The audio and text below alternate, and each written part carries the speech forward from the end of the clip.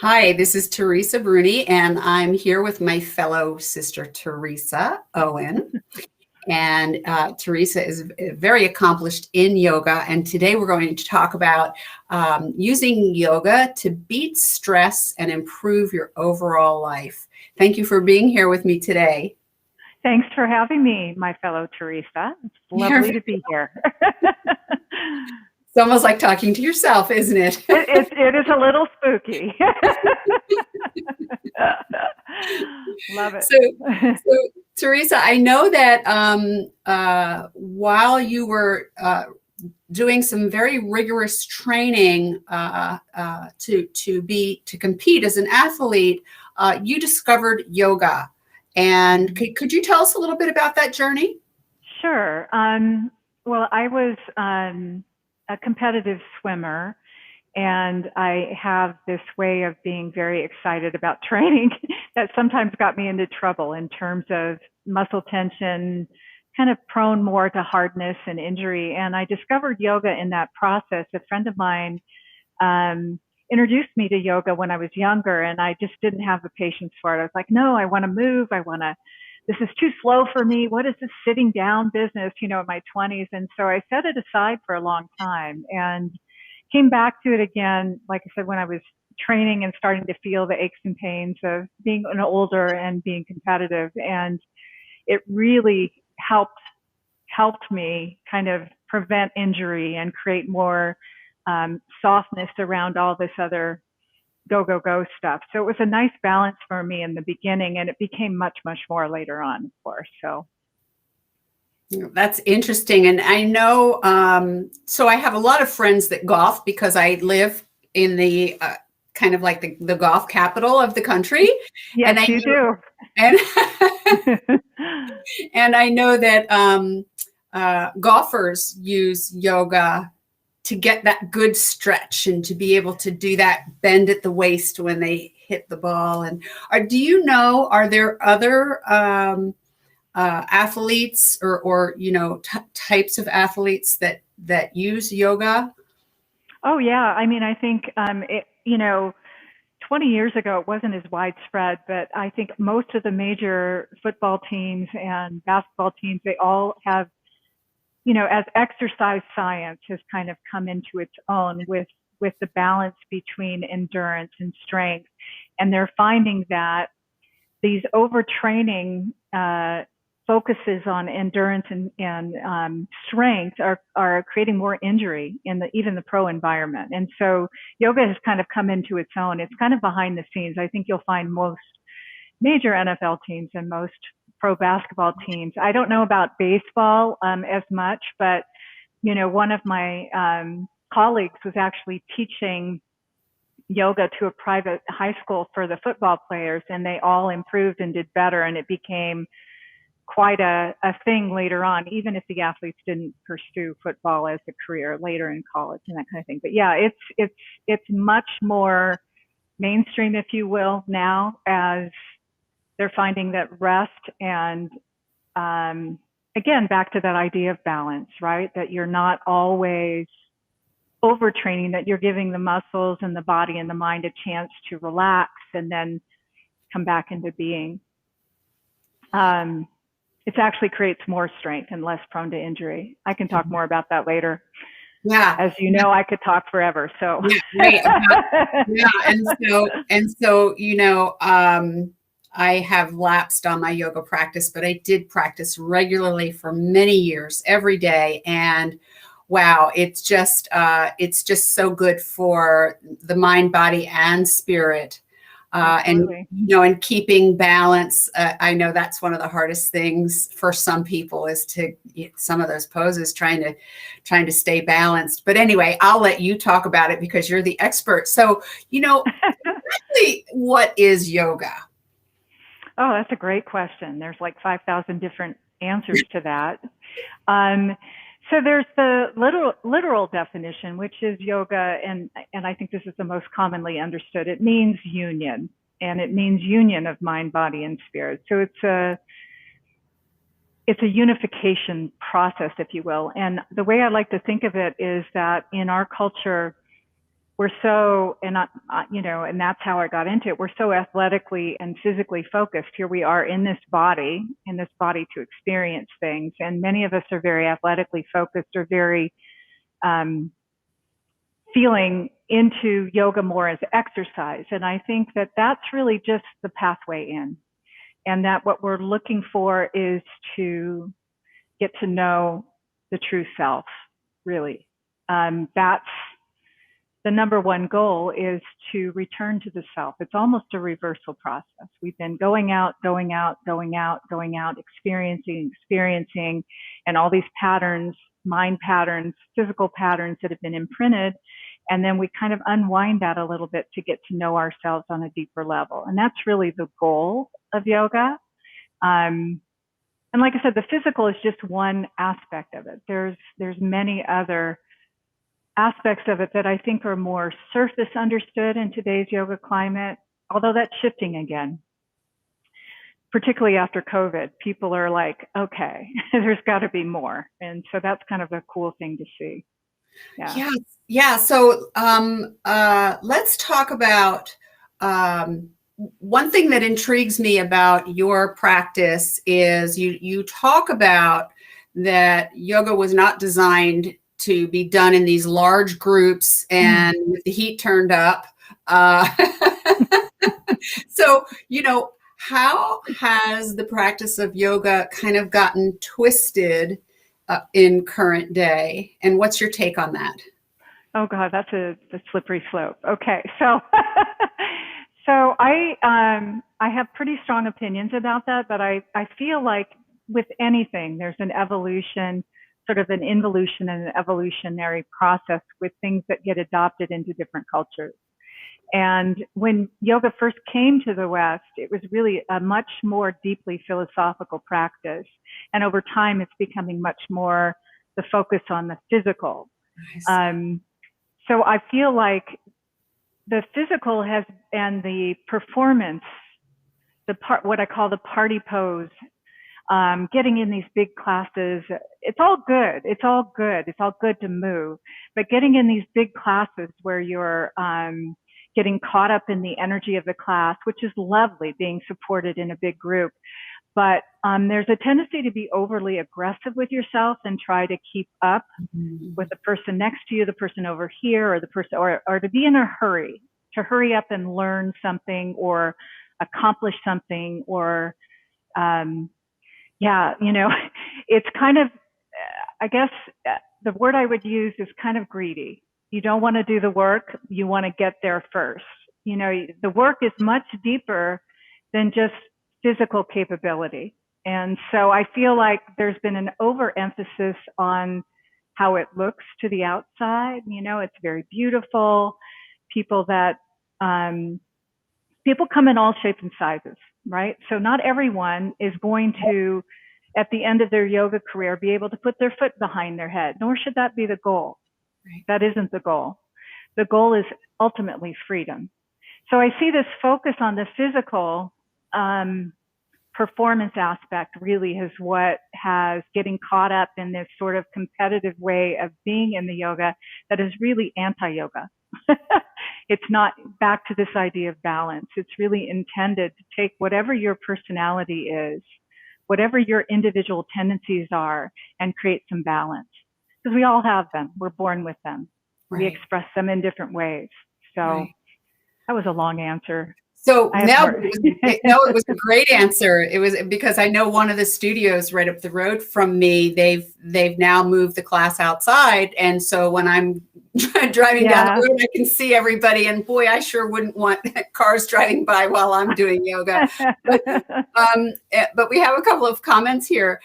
Jackie says that she has fibromyalgia and plus a cervical condition, and she says that yoga is so good for her. So that's awesome. So I think this is an excellent point, and it's something that you and I spoke about before we went live, and that is you don't have to be in top health to practice yoga, correct? Mm-hmm. Yeah. No, could you stress that a little bit? Yeah, of course. I mean, I think this is one of the things that was kind of alluding to with the competition and the intimidation that people feel sometimes in the large studio environment. And back to your first question, really, which is about yoga was intended to be taught one-on-one and to meet the individual where they're at. That's super important to me, is to not create an environment where someone's feeling that competitive pull or that if you can't do this, then you can't do. Yoga is very individual, and it's tailored to fit your needs wherever you are. And particularly with what your Jackie is saying, you know, with a condition where there's a, you know, chronic pain present or things like that, yoga can be a lifesaver. Working just with breath alone, and in fact, you know, kind of alluding to all of these microaggressions that kind of show up in the mind and the body when we're really trying to do something instead of allowing ourselves space around the bones, around the tissues, around the mind, and just getting into a place where we just take that deep breath. And then that alone, that alone is huge. But yeah, I love that. I love that. I'm also a yoga therapist, so I can, you know, I really do a lot of tailoring. It can be a lifeline for people. Yeah. Yeah, so I just want to give some input on that because I suffered with chronic fatigue syndrome and fibromyalgia for many years, on full disability for 9 years, and so Jackie, I know how painful fibromyalgia can be, and so for most of us, when we're in pain, our first instinct is to not move, when in fact that's the opposite of what we should be doing, and breathing into it can give relief. And those are some of the things that I teach to my clients who are struggling with chronic health conditions. So I think that's a great point. The breathing and the movement is absolutely essential. The body was built for that, right?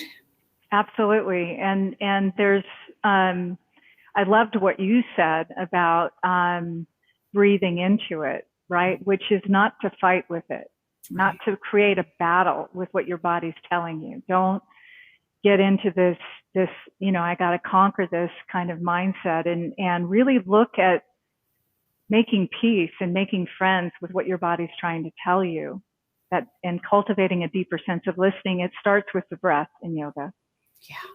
Yeah.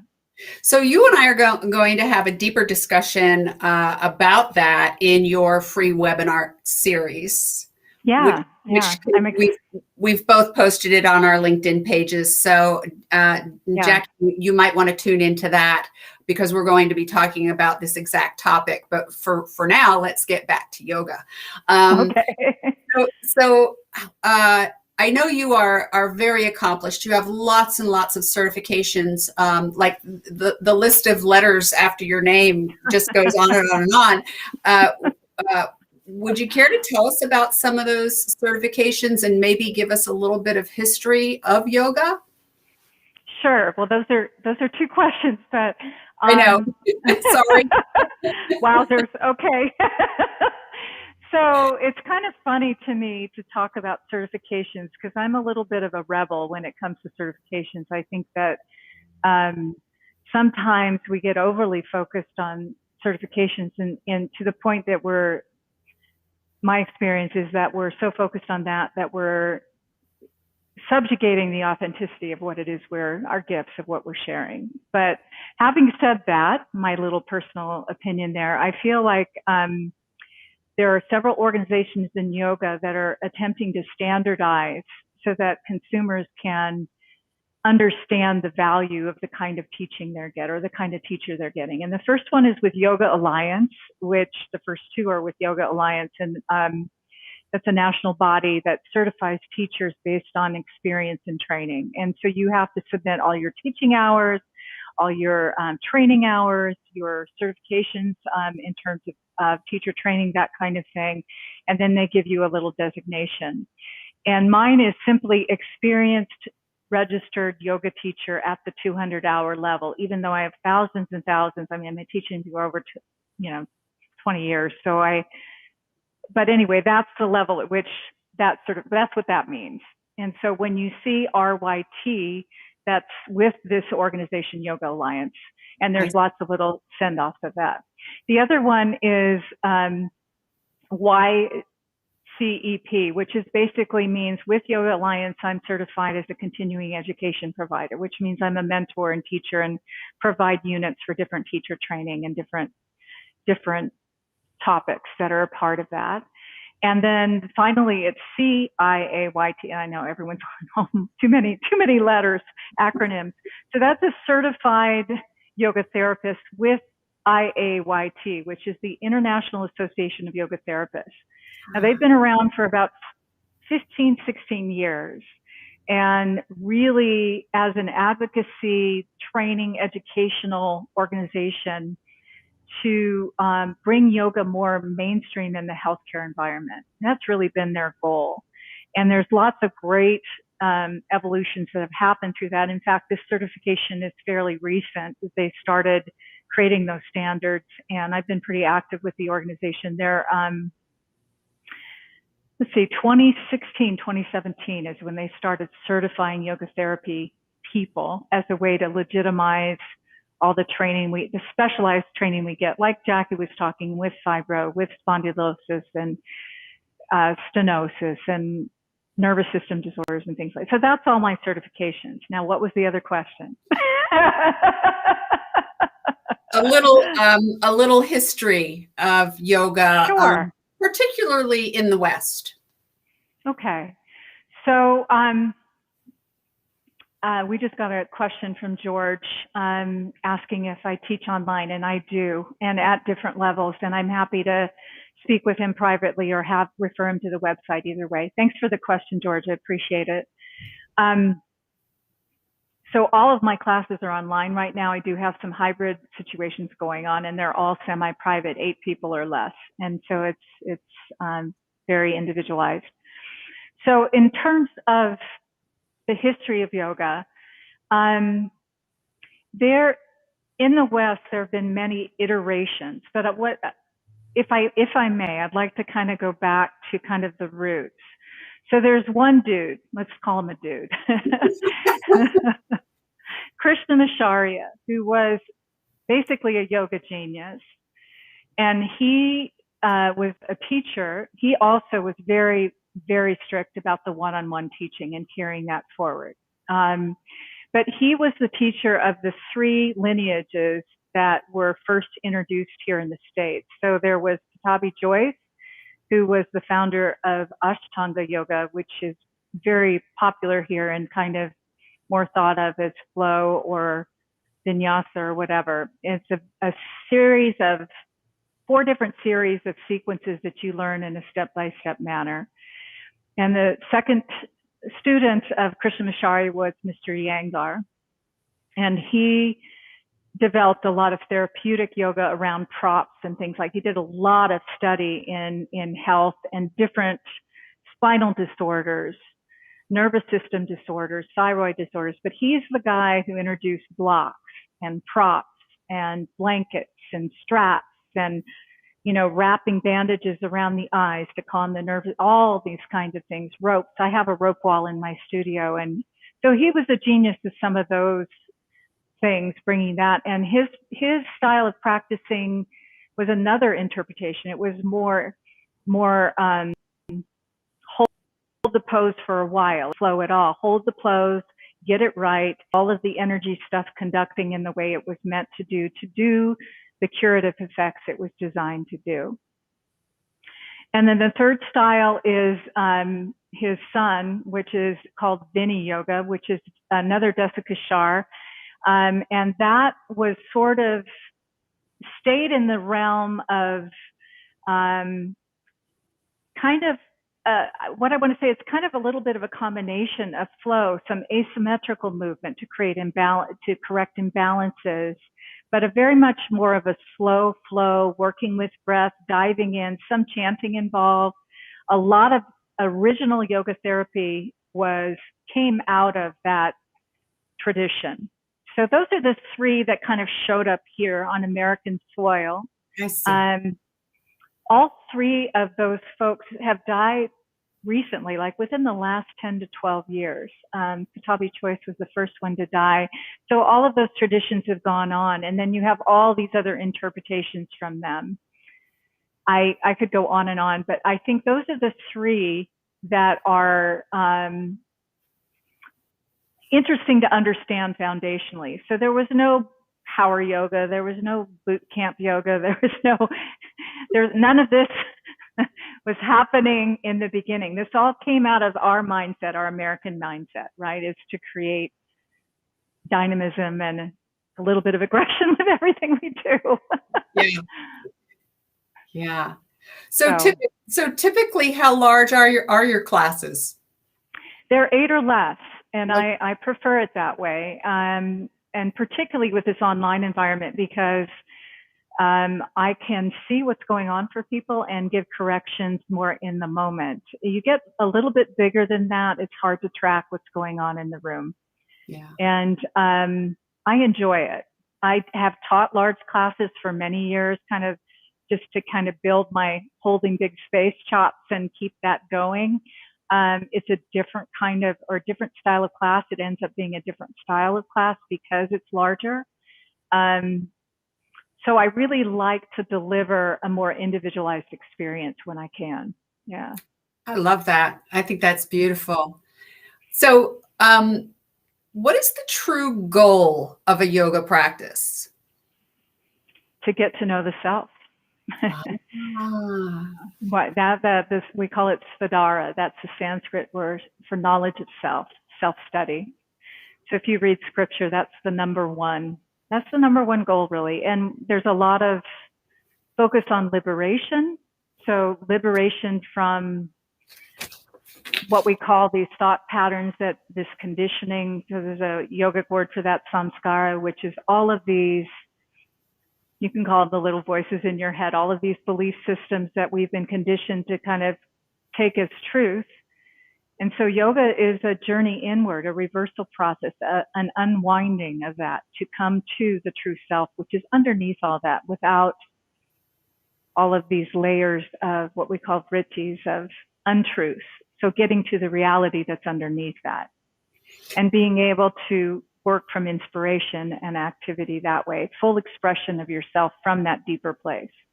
So it sounds like a slowing down and even a silencing of the noise of the mind. Mm-hmm. Would that be accurate? So I like the slowing down for sure, the stepping back, coming back, stepping back into yourself before you move forward. So moving from a more grounded, more rooted place, both here, and here in the physical body. Super important. And when we talk about silencing that guy up there, or that woman, or person that lives up there, or the several people that we all kind of carry up here, I don't know that you ever silence them, but they become less triggering. Right. So that we're not acting from that place. We've got a deeper voice established. Right. Yeah. Yeah. Yeah. And we all have that little voice that, kind of follows us around throughout the day and gives unsolicited advice, right? Yeah. Oh, yeah. Oh, yeah. So, I mean, unless you're living in a cave, which some of the early yogis did, God bless them, but we call this where we're living in, like, I have a family, I have a house, I live in the real world. I don't live in a cave. I'm here to experience life. So there's a term for that, and they call them householders in the yoga traditions. And I'm like, yeah, but we're living our yoga within life. We're not necessarily removing ourselves from life in order to be more pure with the yoga. So that's a whole nother conversation. But what a gift to be able to remove yourself, but yet that creates its own set of problems if that's not what you're here to do. Exactly. Yeah. Exactly. And I think many of us are experiencing that, with the quarantines and all that we've had to go through over the past year. Um, Mm-hmm. so you talked about some different types of yoga. How would I know which one is the best for me? That's a really excellent question. And I think, a lot of it is developing a relationship with your teacher, right? So people feel a sense of trust and a connection to the teacher.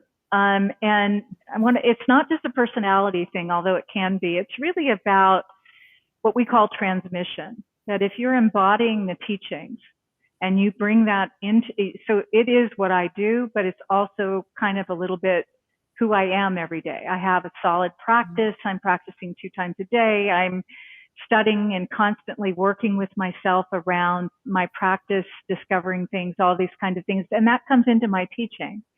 And I think people are pretty sharp. They can, and maybe the first teacher you have is not the teacher that carries you through to the next level. Maybe that's the one you stay with for life.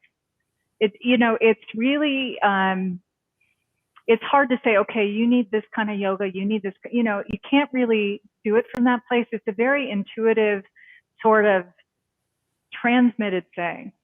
Because I've had many teachers in my life and they have all served different purposes. And when I was ready for the next thing, that appeared or showed up, and it was just like, okay, I'm curious for more. And so I'm going to go try some other things. And there it was. So I think the best thing, though, for beginners is to find either a gentle yoga class or a intro to yoga that gives you like 6 or 7 classes just to give you the understanding of what it is and what some basic moves are with it, what some basic breathing is with it.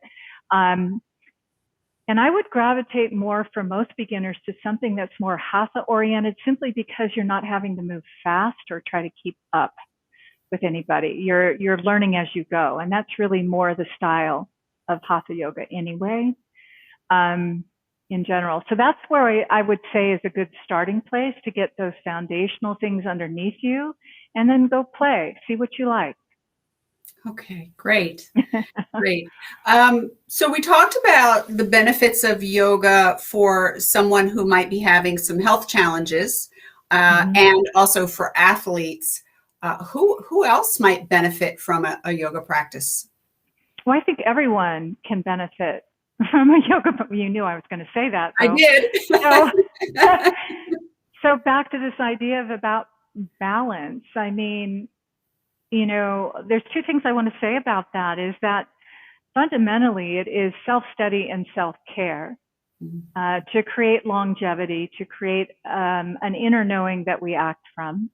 And everyone can benefit from that. That's liberating in and of itself. I think it's the traps of the woulda, coulda, shouldas, or I can't because, fill in the blank, whatever it is. And coming from a more creative mind space in general can benefit everyone, I think. It can benefit our culture, our consciousness as a whole.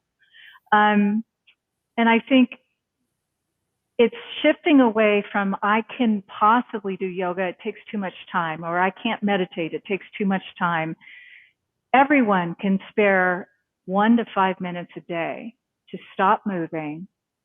And it's like a doctor's appointment. If you just create a discipline around that 5 minutes to start with, and even if your mind is all over the place, even if you just lay down in the floor and draw your knees to your chest, it's a start, and just do it every day.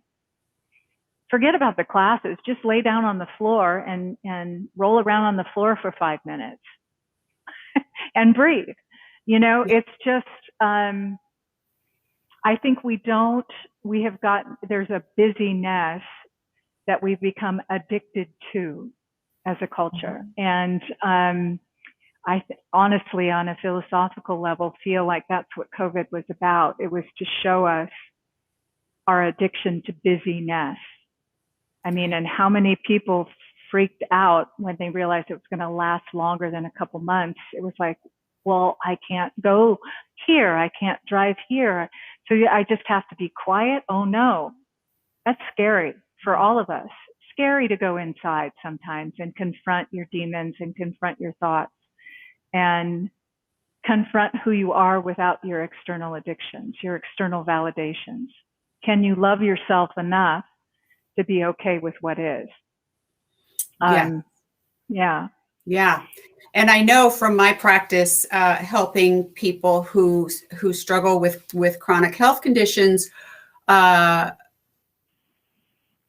being busy is often a way to distract us from our truth, so we can continue to hide from the things that we really need to face in order to get well, by saying, I don't have time, I need to do this, I need to do that. Mm-hmm. And I consider myself one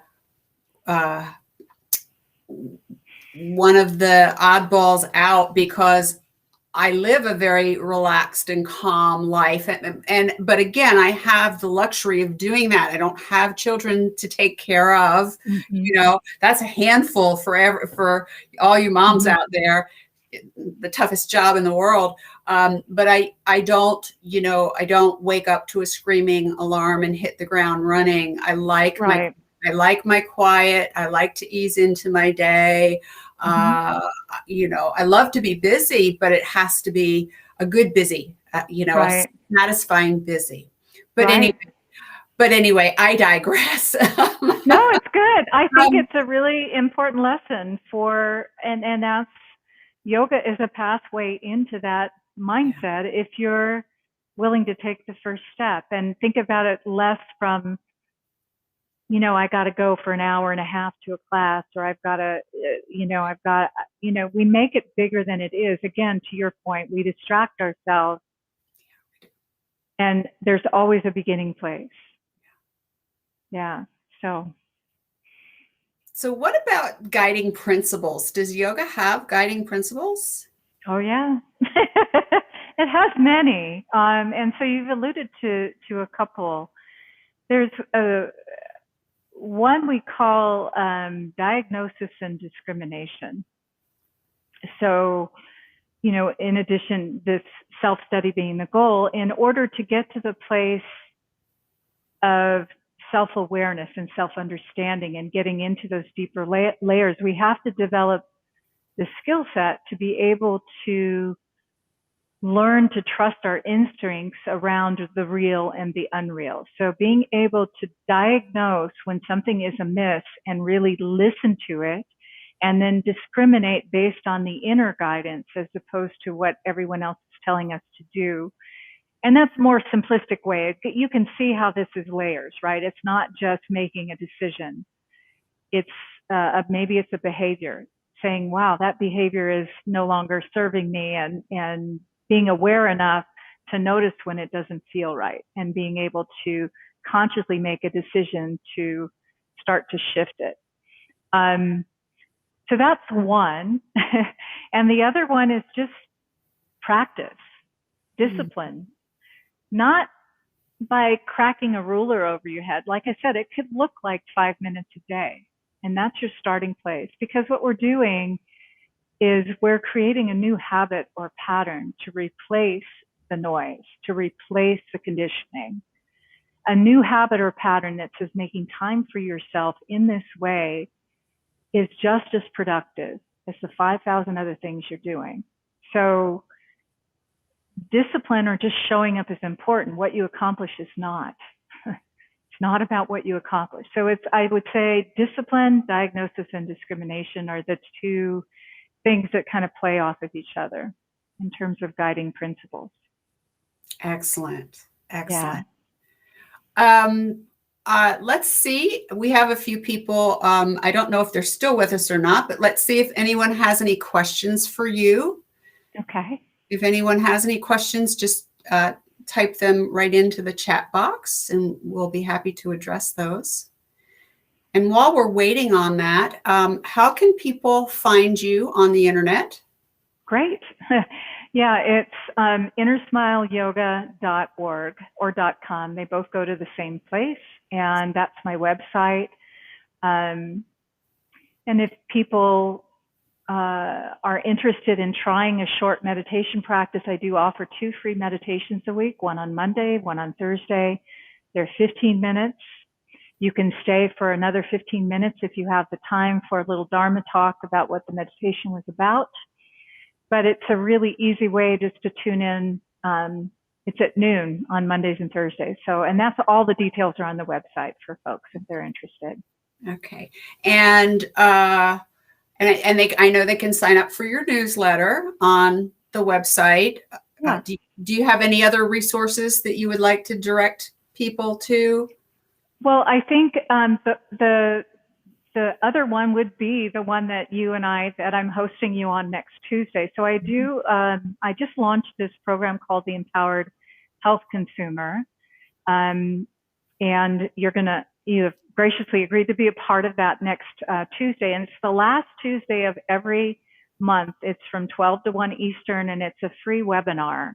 And my goal is education, to show people that different ways to take charge of your own health and not give away your power to other practitioners, but to really be looking at different ways to shift into this empowerment model. And I'm showcasing different healers, different practices every time. So I'm thrilled to have you with all your lovely energy knowledge. And so that's the last Tuesday of every month. It's a free webinar. People need to register by the Monday before so we can send you the link. And that's all on the website as well. So Excellent. Yeah, thank you for asking. Yeah, and I am so excited to be your guest, because that's what I'm all about, is empowered healing. And there's so much that we can do for ourselves that medical science doesn't always talk about. So we're going to be addressing some of those things. So I'm pretty excited about it. Yeah, I'm excited to have you. It should be a complimentary process. It's really, it's been fun doing it. It's been fun. I've been feeding off the energy of others. It's been a nice way to kind of expand the message. And I mean, people that do take charge and create a lifestyle change, they are healthier, longer lives, no matter what. Yeah. Yeah. Since I discovered the secrets to maintaining my health, over 20 years ago, I came off of disability and went back to work in 1999. I hardly ever get sick because I know how to listen to my body. I know, when when I'm overstressed and my body is beginning to react, and I know how to take care of that. So it's, there are definite benefits to being an empowered patient, as I call it. Yeah, you get your little toolkit, right? You get your little toolkit. I've got my 4 or 5 things. Maybe your toolkit's pretty big, I have a feeling. So there are things that people can do for themselves that are simple. And I think expanding your toolkit is always a good idea. Yeah.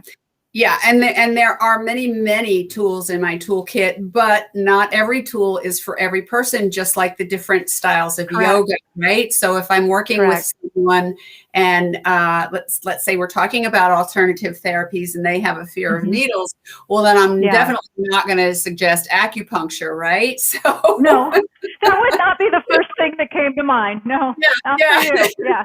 So we'll find a different way. It's all a matter of what you're drawn to and what you're comfortable with. And that goes right back to the yoga and listening to the self. Yeah. And that's it. Not, it's very individualized, and that's where the power comes, it's not having to do it like anybody else. It's like, now I'm building this relationship with self. It's about trust, and knowing, and not about depending on, what is that?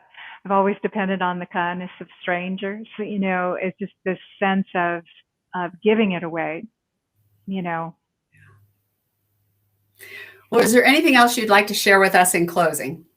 Oh my God. I can't think of anything. Just, if you haven't tried yoga before, try it. There's a lot of it online that's free and available, but I would highly recommend that if you want to try it, that you try it with someone that you know and trust in a live environment. There's something magical that happens in the live environment that you can't get from a tape or a, it's just different. And again, you don't need to make it a science project. You can just start with rolling out of bed and, like I said, rolling on the floor and starting to breathe and giving yourself about 5 minutes to stretch and feel your body, feel yourself in your body. That can be the beginning. Yeah. Excellent. Thank you so much for sharing your knowledge and your wisdom and your skill with us today. Well, thank you for having me, Teresa. It's been a delight. Yeah, it has been. Well, we don't have any other questions, so I guess we'll say goodbye to everyone and we'll see you again soon. Great.